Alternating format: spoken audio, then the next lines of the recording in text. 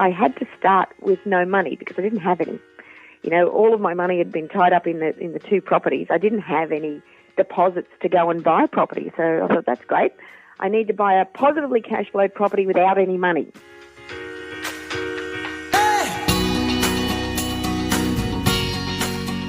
This is Property Investory, where we talk to successful property investors, find out more about their stories, mindset and strategy.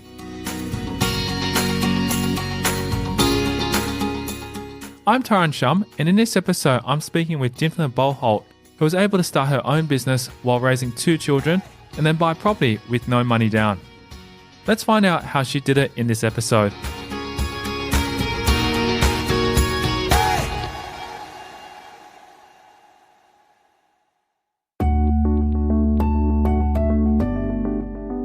Boholt is the founder of the I Love Real Estate community, an educator and speaker on investment strategies in real estate, primarily focusing on fundamentals and accelerated investment success. I feel that, my childhood attitude towards money was very different to what I experienced when I was overseas. My family was not wealthy at all. They probably had a very lack attitude around money. And, I think that gave me a burning desire that I never wanted to be poor. I never wanted to live in the conditions that I had growing up. It wasn't what I wanted.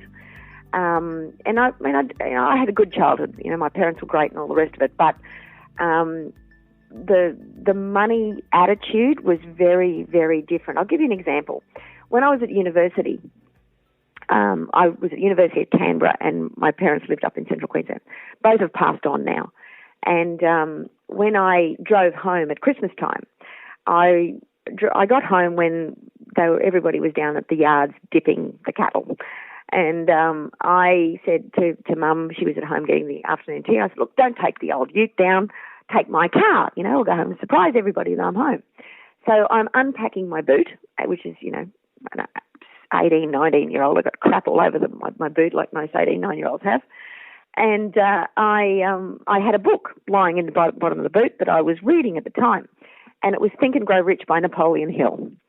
I can still to this day remember my mother's words. She picked up the book, read the title. She goes, Think and Grow Rich? Huh, what do you want to be rich for? And she threw the book back into the boot. And that was pretty typical of the attitude around money that I grew up with. Whereas I had this rebellious nature that I didn't want that for me.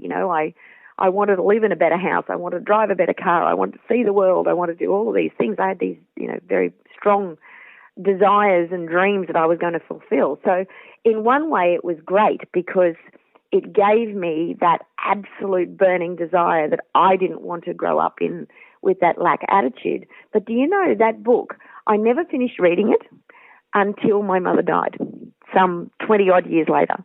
It was, and it's remarkable how a lot of these things, it's not a conscious decision, it's a subconscious decision that you allow these things to influence you. And I think it's something that a lot of people need, more understanding of and more training in to understand how you can reverse those kind of that programming, that automatic programming that we all run on. Because something that I do, yes, I teach real estate, but a big part of the training that I run alongside the real estate is the personal development growth that absolutely needs to be there. Because without that, no matter how much money you make, you won't keep it unless you're creating the emotional growth that comes along with the financial growth. So, what does a real estate business owner who runs everything from a farm do in any given day?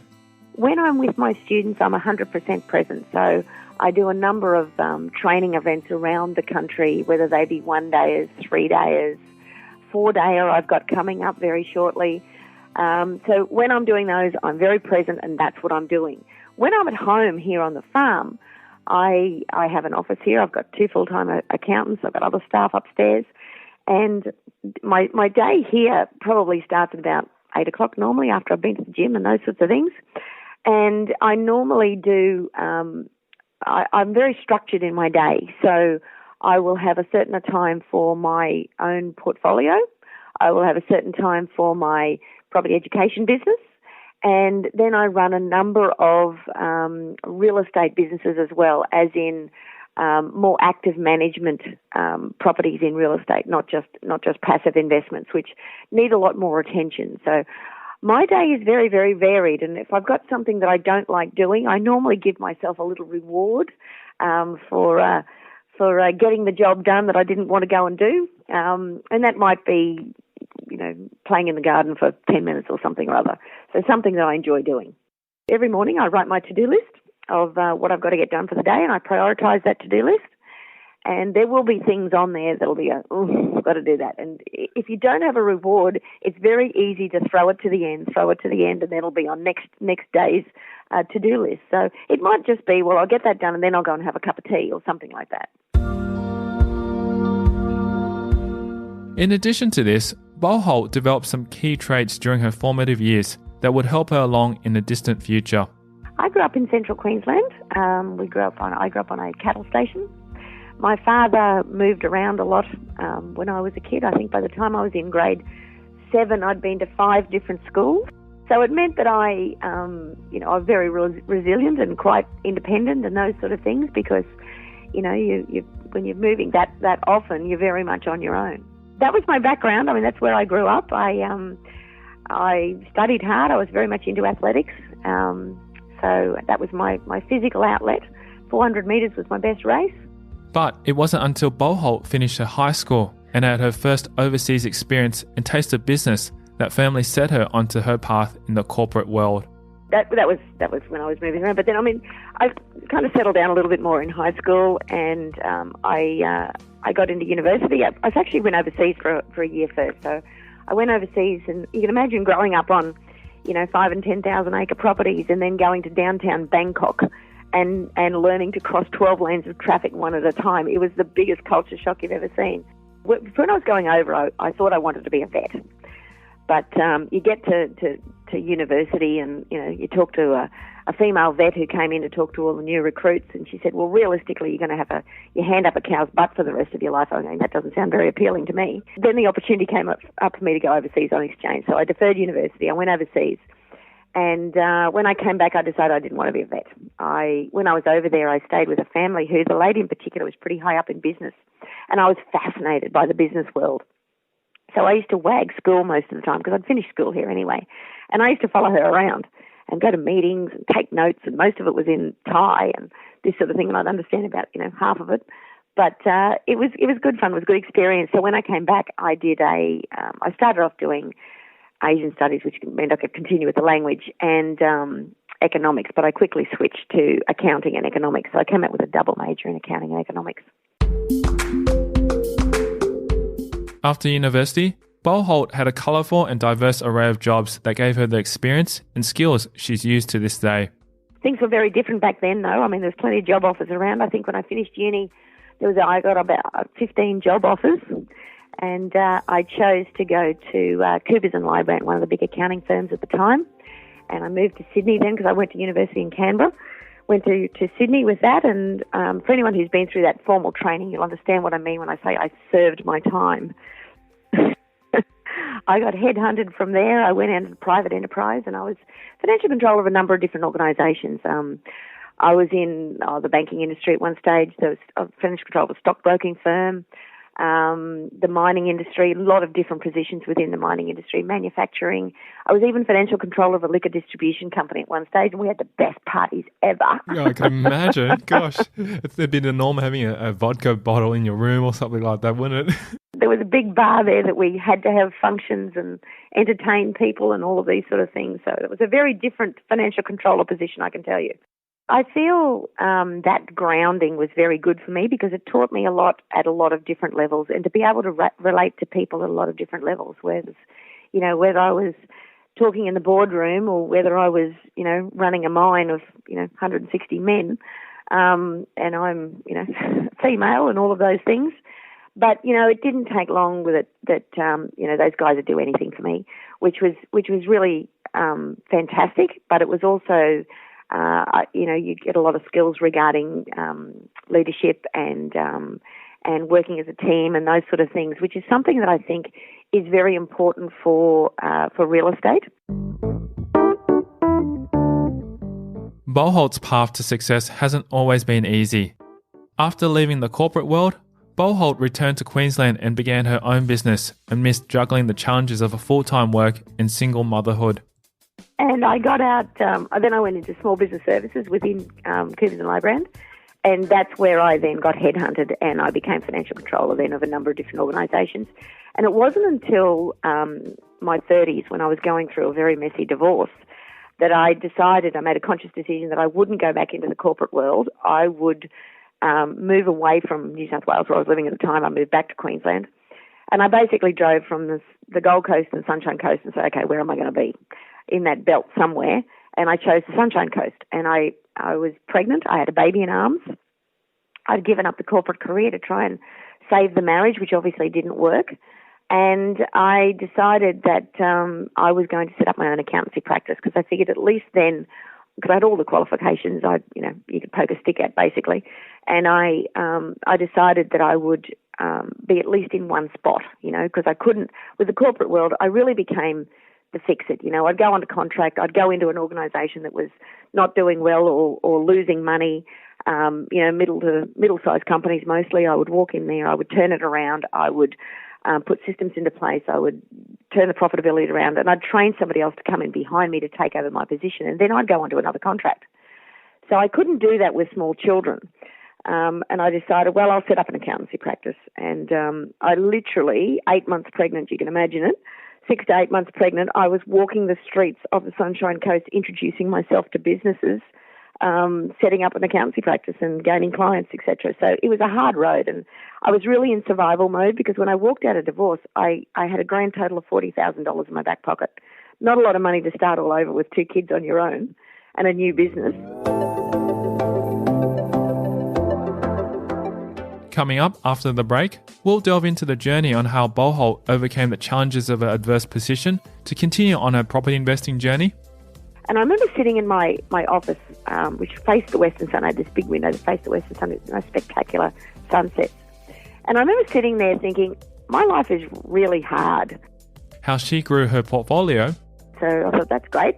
I need to buy a positively cash flowed property without any money. And that's next. I'm Tyrone Shum, and you're listening to Property Investory.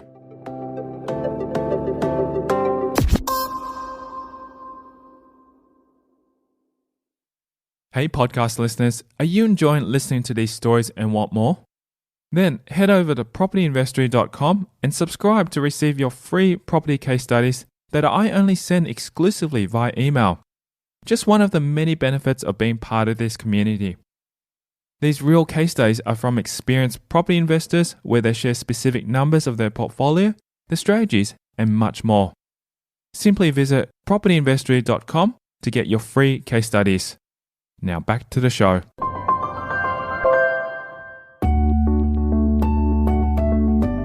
After her divorce and having to start all over, Boholt was looking for a way out of working 60 hours a week in her business so she could spend more time with her 2 children.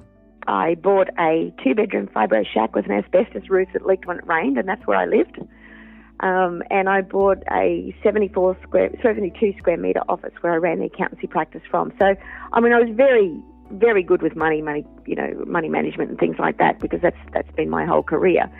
But it was tough. It was really, really tough. It hurts when you've got to put your 6-week-old baby and your toddler into full-time daycare for somebody else to look after. But if I didn't work, they didn't eat. That was a reality. So that was my life as a single mum. And I built my business up, and it was really, I look back and say, how come I only end up with 40 grand, considering how much money I'd earned in those early years, because I earned a lot of money. So I then, it was a couple of years of just really knuckling down and working really hard. I built the business up. And I remember sitting in my office, which faced the western sun. I had this big window that faced the western sun, spectacular sunsets. And I remember sitting there thinking, my life is really hard. It's not so much that my life sucked. It was hard. It was, I'm working 40 to 60 hours a week, 2 small children to look after on my own. You'd take files home from work and you'd play with the kids, put them to bed, feed them, bath them, all the rest of it. Then you'd fall asleep on the couch doing work, and you get up the next morning and you do it all again. And it was just really, really hard. And I remember sitting there looking at this sunset thinking, I don't want this for the rest of my life. Her experience in the corporate world led her to property, and through her own research and priority of fast financial returns, it resulted in her own portfolio of thrifty successes. I looked at other things. I looked at the share market. Given that I've been financial controller of a stockbroking firm, I know what happens on the other side of the stock market industry. And I've got to tell you, I am very negatively biased to particularly the Australian stock market and how manipulated it is. But that's my personal opinion. And then I looked at multi-level marketing. I went and joined Amway at the time. All of the multi-level marketing work. They absolutely do. What didn't work was me. It didn't suit my personality at all. So I thought, no, that's not for me. And then of course it leaves property. And I thought, well, I can't afford to negatively gear. But everything that I had ever been taught from school onward with all of the training and everything, a client comes in to see you and they whinge about paying too much tax. You say, well, you need to buy a negatively geared investment property. This is how it works and this is how you can save tax and all these things. But when I looked at it for me, I thought, this is a mug's game. I can't afford this negative cash flow because, in the hope that the thing's going to go up in value, because things were pretty tight back then. So I thought, well, maybe there's another way. Maybe if I bought a property that even looked after itself, does that even exist? And then, of course, I gave myself another couple of weeks to come up with a business plan because, what's a business plan is going to work? And I did research, I did analysis, I did analysis paralysis, I think I did feasibilities upon feasibilities. And I came up with a business plan that I figured for me was going to work. And that was really creating a portfolio of properties that were positively geared. But my trouble, of course, was that I had to start with no money because I didn't have any. All of my money had been tied up in the two properties. I didn't have any deposits to go and buy property. So I thought, that's great. I need to buy a positively cash flowed property without any money. And do you know the first 3 properties I bought were all positively cash flowed properties without any money at all? This wasn't the only challenge Boholt would encounter, and discover the importance of emotional protection, especially in the workplace. I must confess, I bought a negatively geared investment property. There you go. That's my dirty little secret. But I'll tell you why I bought it, which is what is really quite interesting. I was going through a time where a lot of people were coming to me, there's no students coming to me, and they're basically coming and dumping their stuff on me. Oh, this has gone wrong and my business has gone wrong and something's happened over there and I've got a negatively geared investment property and whatever else. And I was energetically not protecting myself from other people's stuff, for want of a better word. And I felt I was taking on their burden. And at a subconscious level, I felt I slipped back into a lot of childhood attitudes around money and those sort of things. And at the time, I went out and bought a property which was a luxury property and obviously negatively geared and all of these kind of things. So, it was the heartstrings that bought it, not the head. And, I think I still own the damn thing, but but it obviously had an effect as negatively cash flow. And it was a big mistake. I lost money on it or whatever. But the reasons behind it, I think, are important, that you can allow yourself to take on other people's stuff. And it's something you need to protect yourself from. And even in, workplaces, a lot of us work in very toxic environments and things like that, which the negative attitudes, if you have them thrown at you enough, you absorb some of that. You have to have a regime every single day to raise your own energy levels and to remain focused on what it is that you really want and what's right for you, and keeping in mind your bigger picture, which it's very easy to allow life to kind of take over that position and get you sidetracked, and you turn around 2 or 3 years later and you're really no further ahead than you were, except you're 2 or 3 years older. So I think focus is very important with that sort of thing. And it reminds me of a story of I was actually talking to a friend of mine about a counsellor who counsels cancer patients. And she was talking about how ironic it was that now she has cancer. And it was the same kind of scenario with me. I'm counselling people on debt reduction and all of these things and not negative gearing and et cetera. And I ended up doing exactly the same thing at that time because of that protection mechanism not being there. Despite all this, Boholt's most successful moment came at the back of one of her most challenging ones. For me, it was more of a slow burn because when I made that decision sitting in my office looking at the sunset, it took me 18 months to totally replace my accountancy income I was working 40 to 60 hours a week for previously.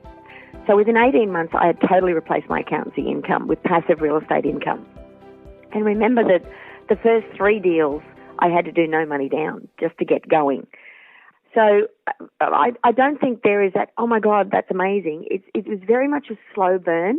And my whole life has been really more about that because I am constantly learning. I am constantly educating myself. I am constantly working on myself so that I can be a better leader, a better teacher for others as well. It's an ongoing journey. I don't think it's something that ever stops.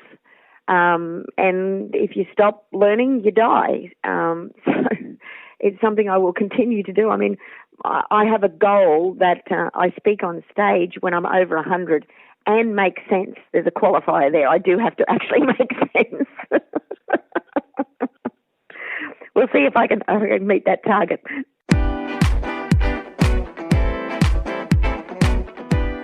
So, inspired by this story and what Dymphna Boholt is excited about today, we'll keep the conversation going in a future episode on Property Investory Podcast, where we talk about how to apply the strategy of positive gearing.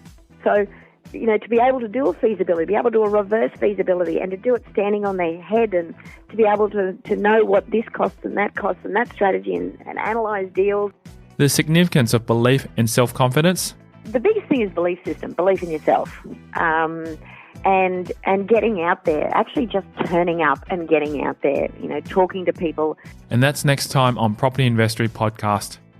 Also, if you haven't subscribed to receive your free property case studies that I only send out exclusively via email, you can text me your email address to 04 99 88 10 40 to subscribe. These real case studies are from experienced property investors where they share specific numbers of their portfolio, the strategies, and much more. Simply text me your email address to 04 99 88 10 40 to get your free case studies. Thanks for listening.